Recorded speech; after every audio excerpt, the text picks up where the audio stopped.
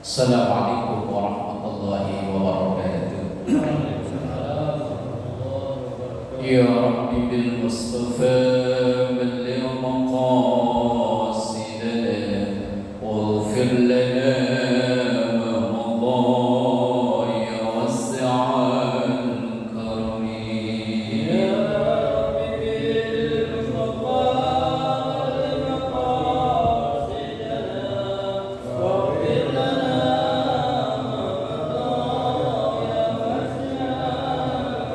astaghfirullah min qawlin bila amalin laqad nasabtu bihi naslan lidhi uqmi. Ya Rabbi bil Mustafa balligh maqasidana waghfir lana ma madha ya wasi'al da'a ilallahi فالمستمسكون به مستمسكون بحبل غير منفصل. يا ربي بالمصطفى بلغ مقاصدنا واغفر لنا ما مضى يا واسع الكرم. اللهم صل وسلم وبارك عليه وعلى آله وأصحابه. الحمد لله رب العالمين. ثم الصلاة والسلام على سيد المرسلين وعلى آله وأصحابه أجمعين. سبحانك لا علم لنا إلا ما علمتنا إنك أنت العليم الحكيم. رب اشرح لي صدري ويسر لي أمري واحلل عقدة من لساني يفقهوا قولي واجعل لي وزيرا من أهلي. أما بعد. حضرات العلماء والقرباء وحضرات الجماعة Saudara muhajirin yang semoga kita semua diberkahi, diridhoi, dikarunia sehat afiat, panjang umur dalam taat ibadah kepada Allah. Alhamdulillah, memuji dan bersyukur kepada Allah, bersalawat kepada Rasulullah. Allahumma salli ala sayyidina Muhammad. Dan mari bersama mengawali dengan kita mendoakan kedua orang tua kita, guru-guru kita, para pendahulu kita, orang-orang yang berjasa dalam hidup kita, terlebih yang telah memperjuangkan musalla dan majelis taklim al-muhajirin ini.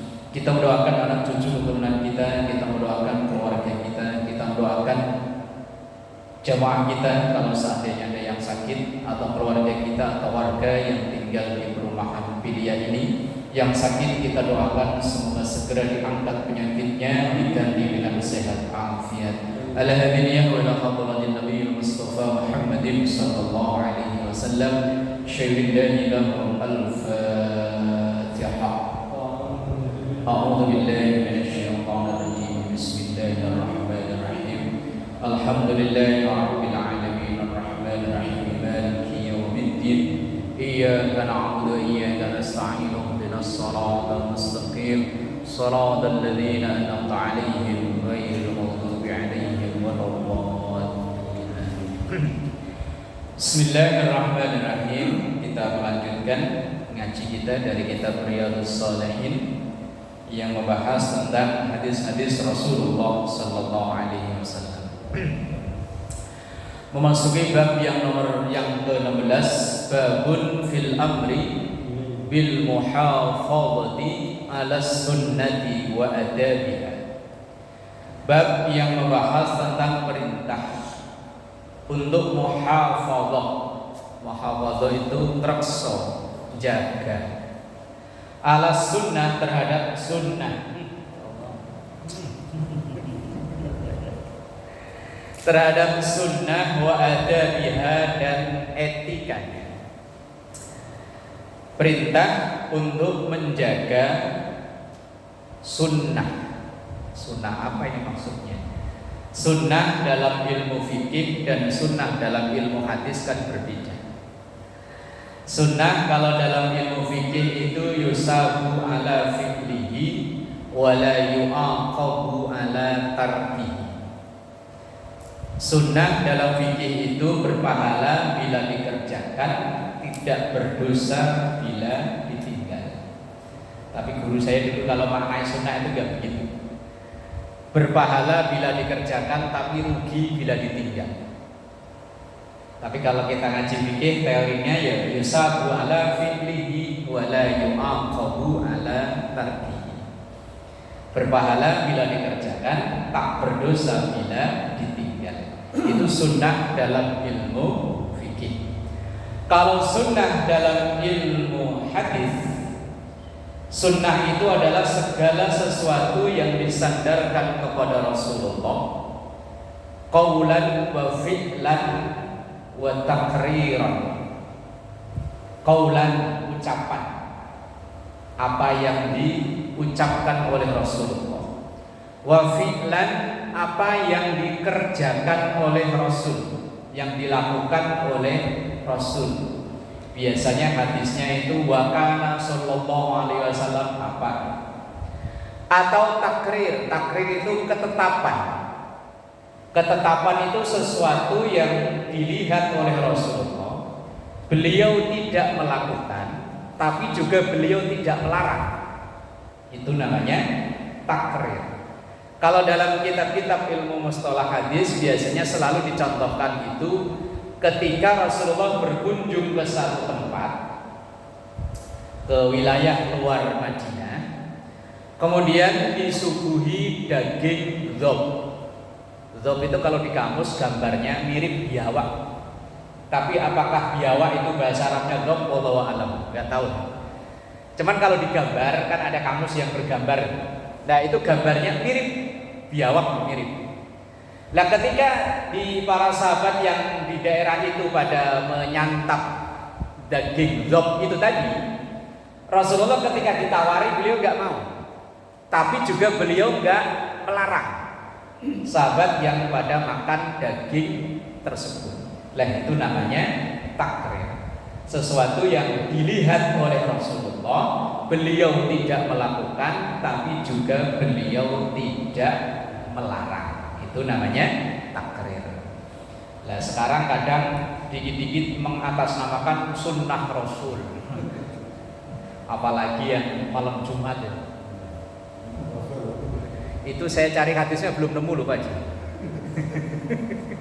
Yang malam Jumat kumpul sama istri bilangnya sunnah Rasul. Lah kalau nikahnya hari Sabtu masuk nunggu malam Jumat? Ya kelamaan. Kalau hadis yang mewajibkan mandi kullu muhtalimin, bagi orang yang keluar mani pada hari Jumat, maksudnya menjelang Jumatan. Lah itu ada. Loh, kalau dipahami begitu ya berarti kalau hubungannya malam Jumat, lah kok mandinya menjelang Jumat, lah sholat subuhnya gimana? Ya subuh lah yuk. Akal-akalan kita aja kadang pengen kawin lagi mengatasnamakan sunnah Rasul. Loh, padahal sunnah yang lain masih banyak. Nah, yang dimaksud dalam bab ini adalah yang sunnah di sini adalah segala sesuatu yang diambil dari Rasulullah, entah ucapannya, entah perbuatannya, atau ketetapannya. Dan ucapan Rasulullah itu oleh para ulama ahli hadis kadang dimaknai perintah wajib, harus kita kerjakan. Kadang dimaknai perintah sunnah, sunnah tapi berisi perintah sunnah. Maksudnya sunnahnya itu bila dikerjakan ya bagus, tidak dikerjakan nggak apa-apa. Atau kadang anjuran. Anjuran itu kan dilakukan baik, enggak juga enggak apa-apa. Atau kadang berbentuk larangan. Larangan juga kadang isinya larangan yang keharaman. Kalau melakukan ini hukumnya haram. Tapi ada yang larangan hanya sifatnya sebaiknya tidak. Dan bahkan ada sesuatu yang dulunya dilarang, menjelang akhir masa kenabian malah dirubah menjadi disuruh, diperintah. Dulunya dilarang. Awal-awal Islam ketika masih di Mekah dilarang. Begitu pindah ke Madinah setelah beliau sudah di akhir masa kenabian, berarti beliau sudah mendekati umur akhir hayatnya, malah berubah jadi diperintah. Kadang yang enggak ini loh, kok Rasulullah pelin-pelan begitu, dulunya katanya enggak boleh, kok sekarang jadi boleh. Nah, di antaranya yaitu tentang ziarah kubur. Awalnya Rasulullah itu sampaikan kuntu nahaitukum an ziyaratil kubur. Kuntu saya nahaitukum melarang kalian an ziyaratil kubur, untuk berziarah kubur. Memang awalnya dilarang, iya benar. Tetapi hadis itu kalau ibarat dalam ilmu namanya nasak mansuh. Kalau di kita undang-undang yang dulunya boleh kemudian dirubah. Apa namanya? Amandemen apa? Junto apa lah. Yang pokoknya yang dulunya A sekarang kok berubah menjadi B. Nah, itu apa namanya? Amandemen apa namanya loh? Amandemen ya. Kita bukan ahli undang-undang ya, begini enggak begitu paham. Bukan anggota dewan sih ya. Dulunya dilarang itu. Lah kalau dalam ilmu ini namanya nasakh mansuh. Dulunya dilarang, kemudian diperintah. Kemudian di akhir hayat Rasulullah, kemudian yang dulunya kuntu nahaitukum an ziyaratil kubur, kemudian berubah menjadi fazuruha. Ayo silahkan ziarah. Dulunya dilarang, sekarang boleh. Itu namanya nasakh mansuh. Kalau dalam ilmu Quran, perubahan. Kalau Imam Syafi'i itu beliau ada qaul qadim, ada qaul jadid.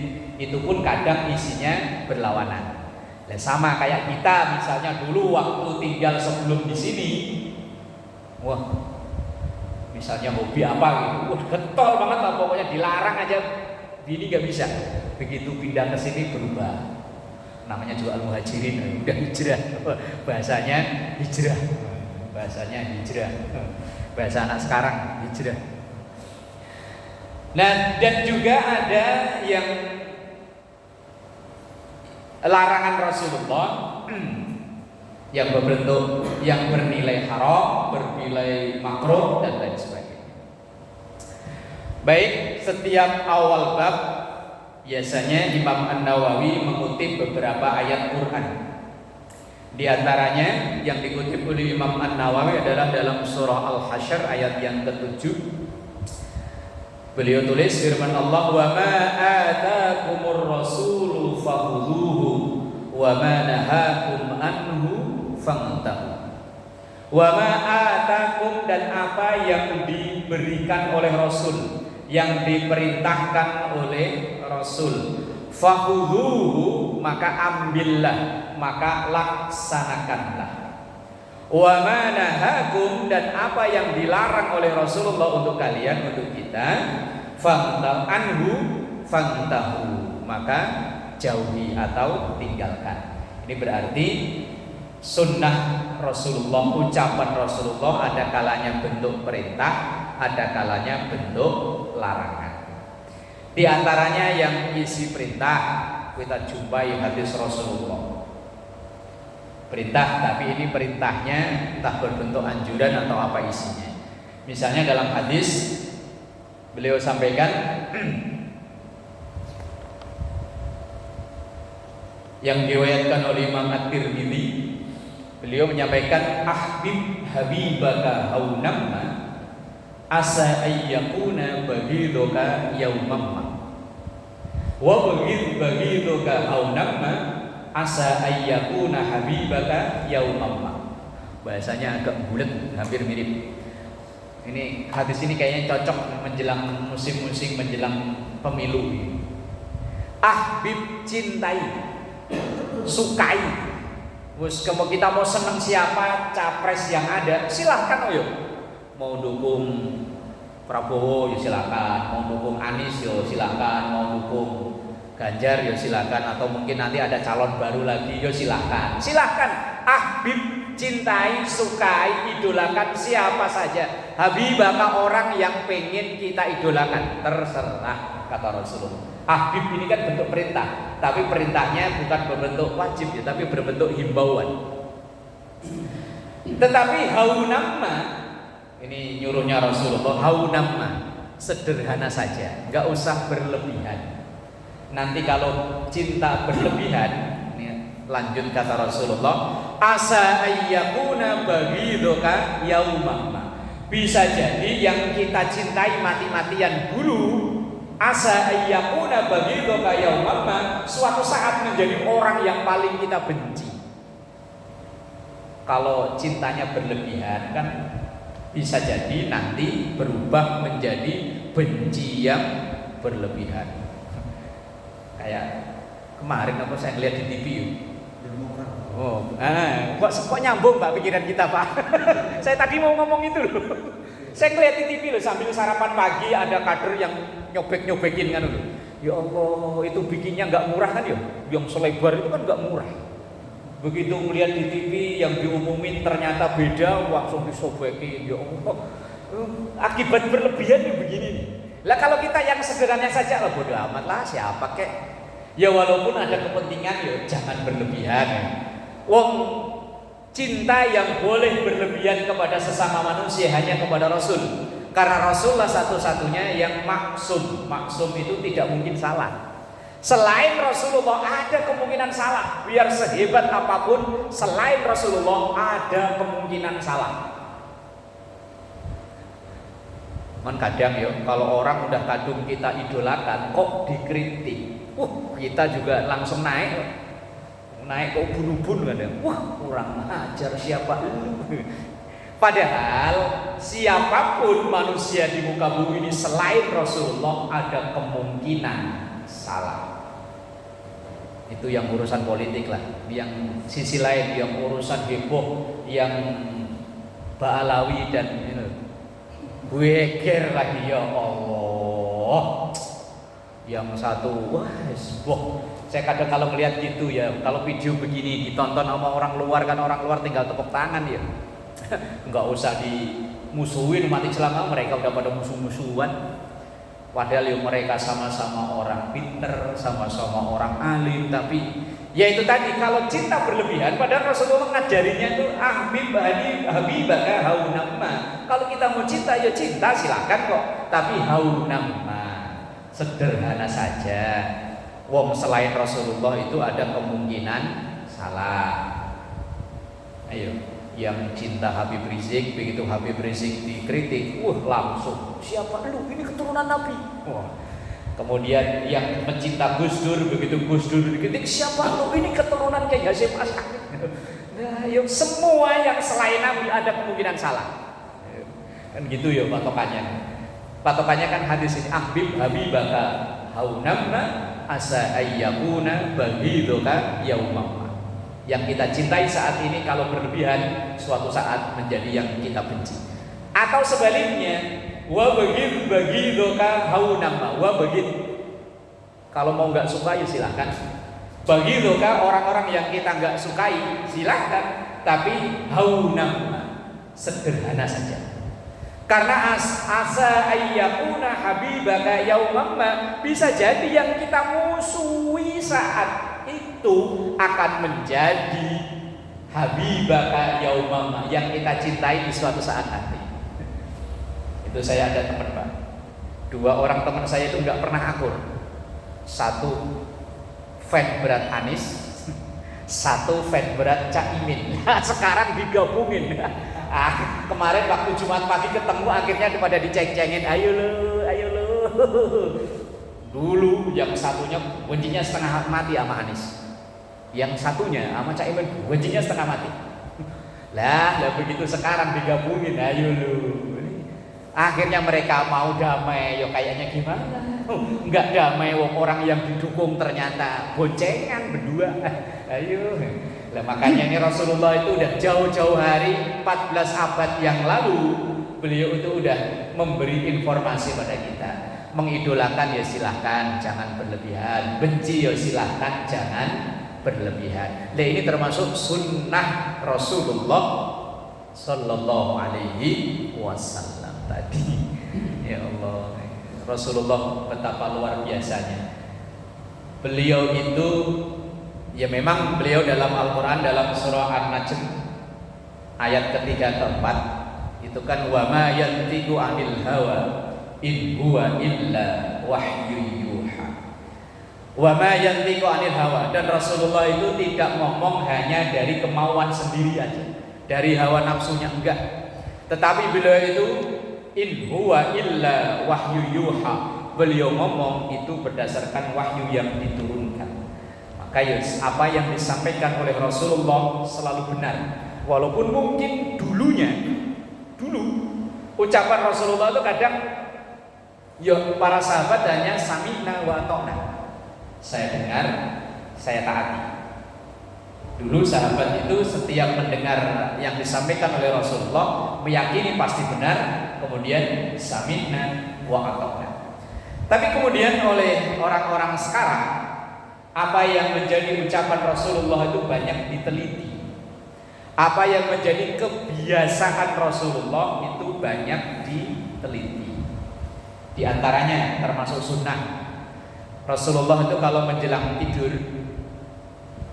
mau tidur, itu kan selalu berbaring ke arah kanan dengan ini tangan ini di ini. Namanya apa nih Pak? Begini. Apa namanya begini ya? Terus pokoknya kalau beliau mau tidur, kalau udah tidur kan kita udah nggak sadar. Beliau ketika menjelang tidur selalu berbaring dengan pinggang ini sebelah kanan, kemudian begini. Lah dulu sahabat ketika melihat Rasulullah tidur seperti itu hanya niru aja, udah niru. Orang sekarang diteliti. Oh ternyata jantung kita berada di sebelah kiri. Kalau kita tidur kok miring ke kiri, ini agak tertekan, kita bernapas kurang longgar. Makanya terus kemudian Rasulullah dalam satu hadisnya banyak diantaranya menyampaikan rongga perut kita ini hendaknya dibagi menjadi 3, sepertiga buat makan, sepertiga buat air, sepertiga buat udara. Lah dulu para sahabat ya sami'na wa ata'na. Kemudian dengan kemajuan teknologi diteliti kenapa nabinya umat Islam kok ngomongnya begitu. Baru dalam sisi kesehatan diteliti. Ini diantara yang menjadi ucapan atau tindak perilaku Rasulullah Sallallahu Alaihi Wasallam. Di antaranya juga ada yang larangan Rasulullah. Sunnah tadi kan ada kalanya larangan. Lah larangan itu ada kalanya yang memang harus dijauhi karena ini termasuk dosa besar. Misalnya dalam hadis yang diriwayatkan oleh Imam Bukhari Muslim,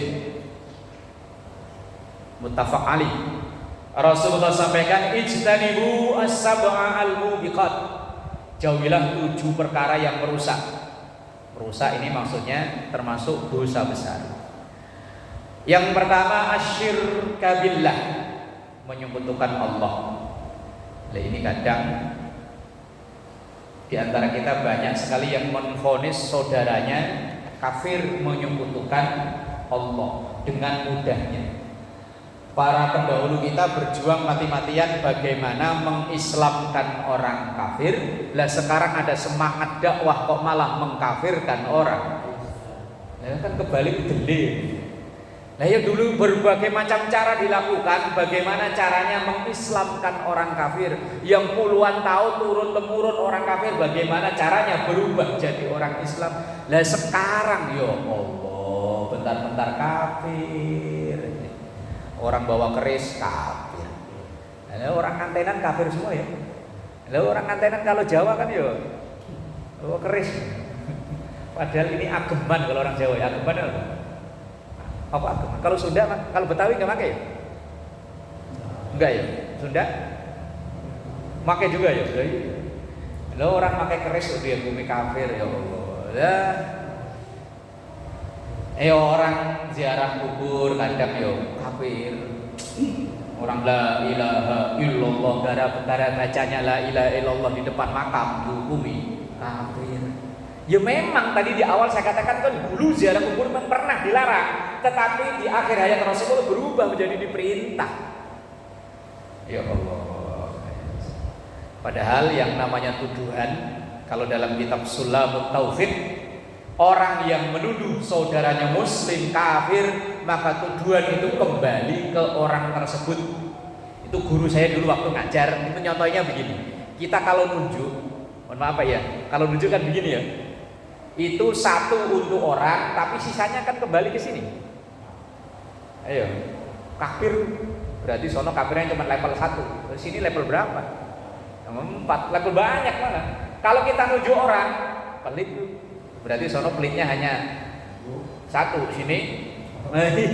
Itu dulu guru saya waktu jelaskan itu loh. Tuduhan itu kembali ke yang menuduh, termasuk nuduh kafir. Makanya kalau kita dituduh kafir, biarin aja, biarin. Orang nyalain apa? Biasanya kalau kita lagi marhabanan itu yang untuk wangi-wangian, apa namanya, yang dinyalain itu? Buhur. Kalau marhabanan biasanya kan nyalain itu ya. Itu tujuannya kan untuk wangi-wangian. Lah wangi-wangian mah terserah, mau pakai minyak ya terserah, mau pakai buhur ya terserah, yang penting tujuannya wangi. Kalau rokok sekalipun kalau seandainya wangi, monggo ya. Rokok ada yang wangi ya? Ada ya? Ya seandainya kok rokok dibakar kok wangi, ya silakan. Dia kan tujuannya wangi. Lah mereka, wah ini kemenyan, musyrik. Ya Allah, gampang temen nuduh orang lain musyrik. Termasuk larangan Rasulullah yang larangan keras, wasihara, sihir. Kalau sekarang mungkin udah nggak ada lah ya. Apa masih ada ya? Nah iya. Kalau yang dulu di Mandalika yang begini-begini, termasuk sihir boy. Ya, tapi ya bisa jadi enggak loh ya. Dia kan melihat dulu di ramalan apa itu? BMKG, ya apa namanya? Kan dia nanya dulu, BMKG ramalnya gimana Mandalika? Enggak hujan. Oh, dia baru begini-begini. Padahal udah nanya dulu.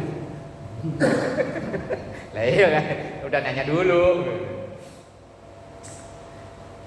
Lah kalau zaman dulu konon katanya pokoknya kalau pas musim calonan lurah aja tiba-tiba banyak yang mati mendadak, muntah-muntah isinya beling. Konon wallahu alam ya. Kalau saya enggak ngalami. Kalau Abah mungkin ngalami ya, orang zaman-zaman dulu ya. Kayak konon katanya begitu tuh. Tapi kalau Jakarta mana ada? Enggak ada lah ya. Kalau di kampung malah wes. Nah, apalagi orang-orang kejawen gitu. Kemudian waqatlan nafsil ladzi harramallahu illa bil haqq, membunuh yang tanpa alasan yang benar. Nah, kalau al-fuju kan tugasnya membunuh. Nah, dia kan dengan alasan benar, maksudnya keputusan yang sudah melalui proses persidangan. Dan dalam Islam kalau membunuh ya hukumnya dibunuh. Nah, al-fuju yang membunuh itu kan dengan alasan yang benar. Kemudian wa aklar riba, memakan yang riba. Nah, ini yang masalah yang sangat ruwet, riba. Ruwet ya. Kalau saudara-saudara kita yang di HTI, walaupun sekarang sudah dibubarkan sama pemerintah secara resminya, tetapi kan oknumnya masih ada. Mereka mengatakan segala produk bank adalah haram, tetapi mereka giliran galang dana pakai bank-bank juga. Saya punya teman di Facebook, ya dulu kakak kelas waktu nyantri, lah cuman beliau jadi aktivis HTI. Dia bilang pokoknya sering di status segala produk bank haram, kerja di bank haram. Lah satu hari dia galang dana, waktu acara apa, pokoknya dia galang dana, tapi ternyata lewat bank, katanya haram, tapi dia memakai jasa bank. Wah, aneh.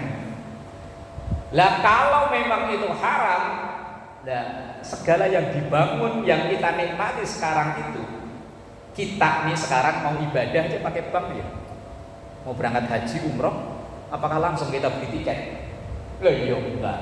Kita ngirimin anak yang mondok, anak yang kuliah ya pakai bank, terima gaji pakai bank, bangun musola, bangun masjid, ya dananya lewat transfer bank. Lah kalau bank haram, semua kita neraka semua ini.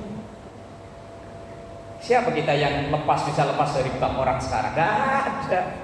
Nah, ya, gak ada. Bahkan saya pernah mendengar ceramahnya Gus Bahar, memang logis. Orang yang minjem duit tahun sekian, kok tahun sekian berubah. Itu beliau bilang sangat logis. Beliau mencontohkan begini, dulu orang haji itu cukup jual sapi berapa gitu katanya. Umpamalah dulu minjem duit 1 juta, tapi tahun 90-an Kalau dibelikan sapi 1 juta itu dapat gede banget dulu. Lah kemudian ia bayarnya tahun 2010, tahun 2020 malah. Lah kalau dibayar tetap 1 juta, udah nggak dapat sapi. Kambing pun nggak dapat ya kalau pas musim korban. Lah apakah dia bayarnya tetap 1 juta? Lah kalau dibayar 1 juta, lah yang minjem ini babak belur. Nah makanya dalam Islam itu memang sebetulnya ada namanya kolektoral. Kolektoral itu ukuran keuangan kalau kita pinjam meminjam dalam jangka waktu yang lama, memang tidak berupa mata uang, tapi berupa barang yang harganya stabil, yaitu emas. Misalnya kita minjem sama saudara dulu sama keluarga tahun 90-an lah, 5 gram emas. Saat itu 1 gram mungkin baru sekitar 100.000 kali ya, apa 50.000. Belum ada ya. Tahun 9 taruhlah umpama 100.000 umpama 100.000 kalau patokannya 5 gram kan 500.000. Lah kemudian tahun 2020 harga emas sekarang 1 juta. Lah kalau patokannya emas, berarti duitnya itu kan nilainya tetap nilainya, bukan jumlahnya, bukan nominalnya. Ya, maka kadang masalah riba ribetnya gak karuan. Mis pokoknya gampang-gampangnya kalau kita ya ternak duit, tapi kalau bank wis memang ruwet pokoknya. Kemudian wa akla malal yatim, makan harta anak yatim. Kadang kita yang menjadi panitia ya, memang sangat riskan jadi panitia. Makanya yang lebih aman kadang di masjid-masjid tertentu itu menerapkan pola aman. Dia nyediain kotak yang memang nanti pure 100% itu di anak yatim. Yang untuk operasionalnya mungkin untuk acara santunan seandainya dia diundang, dia diambil dari kotak yang lain. Ini jauh lebih aman. Walaupun sebetulnya kalau saya pernah baca dalam satu tulisan, seandainya kita mengadakan santunan anak yatim dapat sumbangan misalnya 10 juta, ya silahkan kita ambil untuk operasional tapi yang wajar. Ini kadang operasionalnya lebih gede daripada yang disantuni. Kadang saya agak kesel juga gini Pak. Mohon maaf ya kalau seandainya di sini pernah ngadain seperti itu. Ngadain acara santunan, anaknya diundang. Acara mulai dari pagi jam 7 sampai zuhur baru kelar. Anaknya nungguin aja, ada yang sampai ketiduran, ada yang sampai nangis. Wah, begitu dibagiin 50.000. Ya Allah, buat acara makan-makannya jauh dari itu. Kalau saya pribadi sih memang gak setuju ya model begitu, gak setuju. Kalau memang kita niatnya nyantuni, ya wes lah. Dana yang kumpul itu silahkan kalau memang untuk operasional tapi yang wajar. Jangan sampai berlebihan, bahaya itu, bahaya. Termasuk larangan Rasulullah, larangan keras adalah watawalla yaumaz zahfi, lari dari tanggung jawab. Ini kan termasuk tadi larangan Rasulullah. Kemudian wa qadzafal muhsanatil ghafilatil mu'minat, menuduh orang lain melakukan dosa besar, diantaranya menuduh zina. Qadzaf namanya. Ini termasuk larangan Rasulullah Sallallahu Alaihi Wasallam. Nah ini tadi kan sunnah itu ada kalanya perintah, ada kalanya larangan. Lah di antara perintah tadi udah, di antara larangan ya sudah. Kemudian dalam ayat yang selanjutnya yang dikutip oleh Imam An-Nawawi dalam bab ini adalah dalam surah Al-Imran ayat yang ke-31. Ayat ini sering kita dengar. Qul in kuntum tuhibbunallaha fattabi'uni yuhibbukumullah wa yaghfir lakum dzunubakum. Qul, sampaikan wahai Muhammad, in kuntum, apabila kalian tuhibbunallah, cinta kepada Allah, maka fattabi'uni, ikutlah kepadaku. Kalau kita taat kepada Allah, ya tentu taat pada Rasul. Atiullah wa atiur Rasul. Kalau itu yang kita lakukan, yuhibbukumullah, maka Allah akan cinta kepada kita, wa yaghfir lakum dzunubakum, dan Allah akan mengampuni untuk kalian, untuk kita semua, dzunubakum, dosa-dosa kita semua. Nah, kita ngaji hadis ini, kitab ini kan dalam rangka untuk mengetahui mana saja yang diperintah oleh Rasulullah, mana saja yang menjadi kebiasaan Rasulullah, dan mana saja yang menjadi ketetapan atau yang didiamkan oleh Rasulullah Sallallahu Alaihi Wasallam. Nah, ini akan saya sampaikan beberapa hadis yang berkenaan tentang apa yang diperintah oleh Rasulullah. Perintah itu ya bisa jadi wajib, bisa jadi sunnah, bisa jadi anjuran. Di antaranya perintah Rasulullah yang berisi atau dihukumi sunnah oleh para ulama. Ij'alu akhir salatikum bil laili witra. Kemudian disambung juga dengan hadis lain, ij'alu min salatikum fi buyutikum wa la tattakhiduha qubura.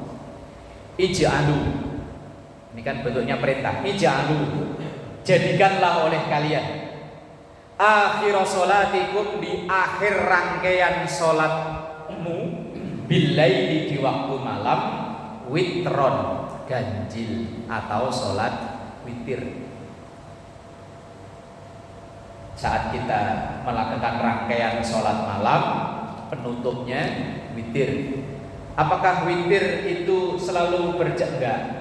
Kalau di Ramadan memang dianjurkan berjamaah, di luar Ramadan tidak berjamaah. Dilakukan asal selesai dari rangkaian sholat sunnah boleh. Kalau Ramadan umumnya kita yang melakukan selesai tarawih langsung witir. Tapi kalau hari-hari begini biasanya kalau habis sholat isya ya bagian isya, witir biasanya malam. Tapi seandainya langsung ya monggo. Misalnya nih habis sholat isya, bagian isya, nah sekalianlah witir minimal satu, yang penting ganjil. Yang repot itu kan begini, Pak. Misalnya dia tarawih nih, witir ketiga tuh. Lah kemudian malam ada kegiatan qiyamul lail, kok 3 lagi? Lah kalau di total jadinya 6. Lah padahal witir itu harusnya ganjil. Lah kok 6 ya genep ya. Lah kalau memang tadi udah witir 3, lah nanti begitu sholat malam ya wis enggak usah witir lagi. Atau mungkin kalau mau rencana malam ada, biasanya kalau udah 10 hari terakhir kan banyak kegiatan qiyamul lail macam-macam ya. Kalau memang ini ya diakhirkan. Ini kadang yaitu semangatnya bagus tapi kadang keilmuannya kurang. Yang repot kan begini. Semangatnya bagus loh. Ada tarawih, wah yuk semangat. Yang mulai, ayo. Cuman tadi 3, kok udah 3 lagi lah, nah jadinya 6. Nah, ini kan perintah Rasulullah yang dinilai menjadi sunnah. Kemudian sambungnya, ij'alu min salatikum, jadikanlah dari sebagian salatmu fi buyutikum, di rumah. Jadi kalau ini dimaknai para ulama, yang wajib dianjurkan bagi kita laki-laki ya keluar rumah alias di musola atau masjid. Nah, sebagian berarti yang sunnah. Kalau Rasul kebiasaannya beliau sholat sunnahnya itu di rumah. Lah kalau kita kadang kalau di rumah malah nggak jadi, ya kan? Seandainya nih habis isya, ntar badiahnya isanya di rumah, yakin dah nggak jadi. Nyampe rumah, peci taruh, buka baju, ngambil HP, wis hilang. Lah makanya ya sekalian lah di musola ya.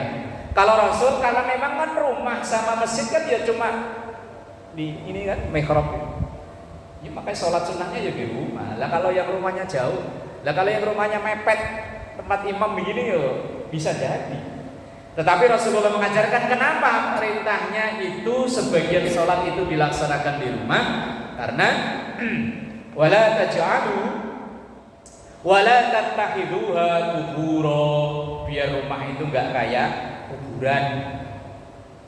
Maka ya dalam hadis lain, nawiru buyutakum bis-sholati wa qiraatil Qur'an. Terangi cahaya rumah kita bukan hanya dengan listrik, dengan lampu, tapi bis-sholat, yakni dengan sholat, khususnya sholat sunnah. Kalau memang bisa ya kayak Rasulullah, tapi kalau saya pribadi sih gak bisa, Pak. Ya itu tadi. Kadang ya beberapa kali mau nyoba, habis ngimamin mau sholat pulang, nyampe rumah ya gak jadi. Apalagi dasarnya belum makan, di situ di meja udah ada makanan, hilang gak jadi. Kadang pengennya qobliyah sholatnya di rumah, ada adzan, wudu. Begitu kita sholat qobliyah belum kelar, mau sholat udah komat. Ya makanya ya kalau di budaya kita ya wes lah di sholat. Tapi ketika ada waktu-waktu tertentu, ya rumah kita jangan sampai kayak kuburan, nggak pernah dipakai buat sholat sunnah, nggak dipakai untuk baca Quran. Ini termasuk perintah Rasulullah Shallallahu Alaihi Wasallam. Dan ada perintah yang bentuknya kayak seperti informasi. Beliau hanya menginformasikan, tapi aslinya sih nyuruh. Kebalik, mohon maaf. Kayaknya nyuruh, tapi aslinya malah melarang. Kayaknya nyuruh, tapi malah melarang. Kayak kita nih misalnya, anak kita lagi main God atau apa, terus kita ngomong, udah terusin, lanjutin. Itu aslinya kan kelarang ya, tapi dengan bahasa kayak nyuruh. Misal anak kita ngayap pulang tengah malam, gak usah pulang sekalian. Itu kan aslinya larang ya, tapi bahasanya kayak nyuruh. Kalau orang Jawa bilang ngelulu ya. Kalau ibarat orang main layangan diulur ya. Lah itu dalam sabdanya Rasulullah yang ada model begitu. Misalnya beliau bilang begini, wa'mal ma syi'ta fa innaka majziyun bi. Wa'mal ma syi'ta, silahkan berbuat apa saja. Silahkan. Berarti kayaknya kan nyuruh ya kayaknya ya. Silahkan mau ngapain terserah. Tapi ingat, fa innaka majziyun bi. Engkau pasti akan menerima balasan dari perbuatanmu itu. Kayaknya nyuruh, tapi aslinya wanti-wanti, memberi peringatan. Kayak anak kita misalnya, ntar kalau pas musim hujan mumpuk air pot, ayo terus. Padahal aslinya kan kelarang, teman dengan bahasa yang dulu anak saya perempuan itu kalau nangis itu betah. Tapi kalau saya ngomong begini, ayo lebih kencang lagi, ayo terus, malah langsung berhenti. Kalau diem malah kencang nangisnya. Kalau dia ayo terus, olah vokal. Ntar kalau dia nyanyi bagus, ayo kencang, malah berhenti. Lah Rasulullah itu kadang mau begitu. Wa'mal ma syi'ta fa innaka majziyun bi. Silahkan berbuat apa saja terserah. Mau mabuk, mau mendem, mau judi, mau madon, main perempuan, silahkan. Bahasanya kan begitu ya. Tapi ingat, fa innaka majziyun bi. Kau pasti akan menerima balasan dari perbuatanmu itu. In khairan fa khairun, in syarran fa syarrun. Kalau baik ya akan terima baik, kalau buruk terima buruk. Ayatnya kita hafal, wa may ya'mal misqala dzarratin khairan yara wa may ya'mal misqala dzarratin syarran yara. Kemudian dalam hadis itu juga ada sambungan yang tadi kayaknya nyuruh tapi aslinya memberi peringatan. Isma syi'ta fa innaka mayyitun. Isma syi'ta, hiduplah sesukamu. Mumpung masih hidup terserah. Tapi ingat, fa innaka mayyitun, engkau pasti akan mati. Bahasanya mati loh, bukan meninggal ya. Mati, mayyitun itu mati. Cuman kalau dibahasakan bahasa kita kan mati itu kurang sopan ya. Misalnya nih ada yang meninggal, Pak Ketua ngumumin innalillahi telah mati. Apalagi misalnya yang diumumin itu memang lawan politik. Wah. Wallahu a'lam bishawab. Al-Fatihah. A'udzu billahi minasyaitonir rajim. Bismillahirrahmanirrahim.